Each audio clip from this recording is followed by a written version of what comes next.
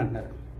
ధర్మశాస్త్రం కొట్టివేయబడితే ఏంటి అని దాని మీద ఒక చిన్న బిట్ చెప్తాను, మీరు చూడండి.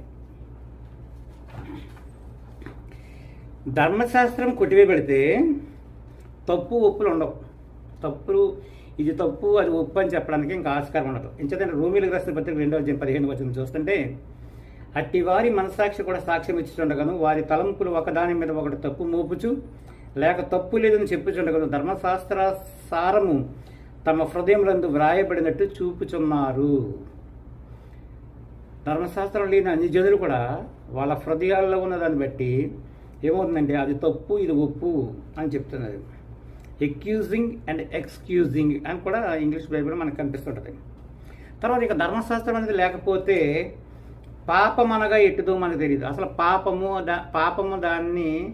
పాపం అనే దాన్ని నిర్వచించేదే ధర్మశాస్త్రం.